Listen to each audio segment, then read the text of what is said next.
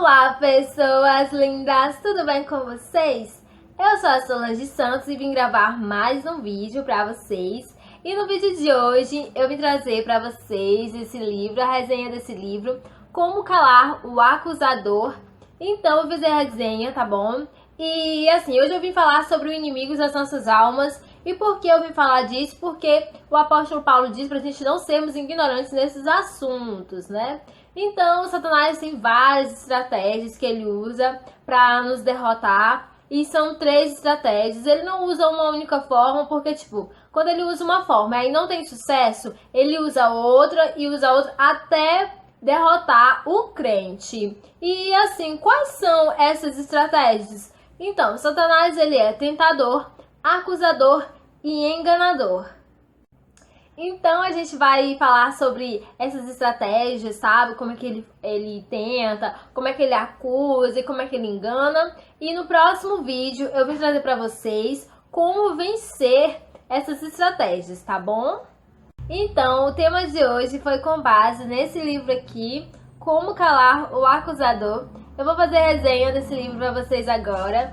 Então, né, o inimigo, né, que é o Satanás, diabo, ele tem 3 formas de nos atacar. Ele é acusador, tentador e enganador. Então eu vou falar um pouquinho dessas três estratégias. E no próximo vídeo eu vou ensinar para vocês como vencer o inimigo das nossas almas contra essas estratégias que ele faz contra a gente, tá bom? Então, Satanás, ele é tentador. Eu vou usar um exemplo da Bíblia aqui para vocês, que foi quando ele usou a serpente para tentar Eva. Lá em Gênesis 3:1 diz assim: "E assim que Deus disse, não comereis de toda a árvore do jardim." Então, né, vocês sabem muito bem que Eva caiu na tentação e ela olhou para a fruta, né? Ela olhou e viu que ela era boa e comeu. Então, Satanás, ele vem como um tentador. Então, a gente precisa ficar muito alerta quando ele nos tentar, tá bom? O segundo exemplo que eu quero dar para vocês está lá em Mateus 4:3, que Satanás tentou Jesus. Ele disse... Então o tentador, aproximando-se, lhe disse: "Se és o Filho de Deus, manda que essas pedras se transformem em pães." Então esse aqui foi um dos exemplos em que Satanás, né, tentou. Então ele é tentador, gente. Quando você sentir assim, algum tipo de tentação e você sabe muito bem que aquilo é errado, pode ter certeza que ali tem o inimigo das nossas almas e ele quer nos derrotar. Então a gente tem que ficar muito alerta enquanto esses ataques aí de Satanás. Outra estratégia que Satanás usa, ele é enganador. Então muitos crentes são mais feridos quando ele engana do que quando ele tenta. Então muitas vezes ele tem mais sucesso quando engana do que quando tenta. Então aí a gente tem que ficar bem mais alerta quando ele vem nos enganar. Então quais são os exemplos da Bíblia em que ele usa para nos enganar, né? O apóstolo Paulo ficou chocado quando ele viu que um dos seus apóstolos se disfarçavam de pessoas boas, mas as intenções deles eram totalmente erradas. Então ele disse lá em 2 Coríntios 11:14-15, diz assim: "E não é de se admirar, porque o próprio Satanás se transforma em anjo de luz. Não é muito, pois os seus próprios ministros se transformam em ministros de justiça, e o fim deles será conforme as suas obras." Então, tem muita gente que se transforma, se disfarçam em pessoas boas, mas o que elas fazem é distorcer a palavra, é usar o falso como verdadeiro, sabe? Eles ficam dizendo: por que o homem não tem várias concubinas, entendeu? Essas coisas. Então a gente tem que ficar muito alerta sobre... A gente tem que ir pela palavra, tá bom? Não ser enganado, porque muita gente se disfarça como pessoas de luz, mas na verdade estão querendo enganar a gente e para levar a gente por caminhos errados, né? Como tem muita gente que fala coisas que não tem nada a ver com a Bíblia. Então que a gente precisa ficar alerta é ler bastante a Bíblia, tá bom? Ir pela Bíblia e não ir por qualquer coisa, assim, tipo, pessoa falou tal coisa, mas se tá contra a palavra de Deus, isso aí não é Deus, tá bom? Isso aí é o inimigo das nossas almas querendo nos enganar.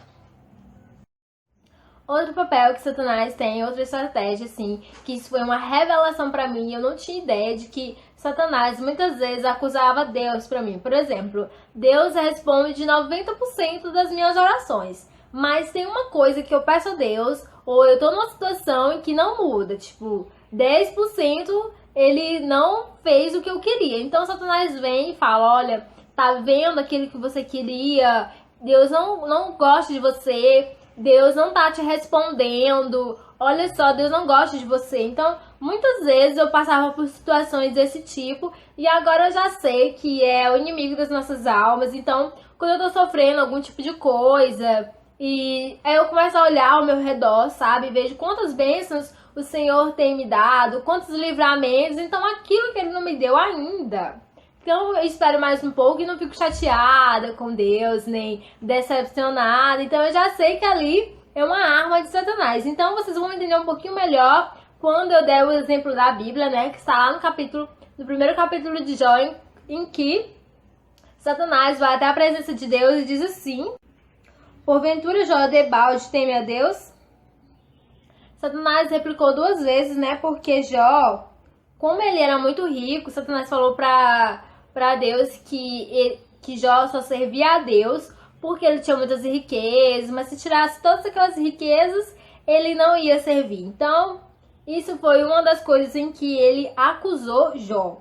Então, gente, quando a gente estiver sofrendo, quando a gente estiver passando por lutas, a gente tem que olhar em volta, sabe? E ver o quanto Deus tem nos dado vida, o quanto Deus tem nos protegido. E não ficar só focado naquilo que Deus não lhe deu ainda, tá bom? Não murmure, adore ao Senhor. Porque quando vem esse sentimento de murmuração, quando muitas vezes Satanás quer tirar você da igreja, porque alguma coisa aconteceu.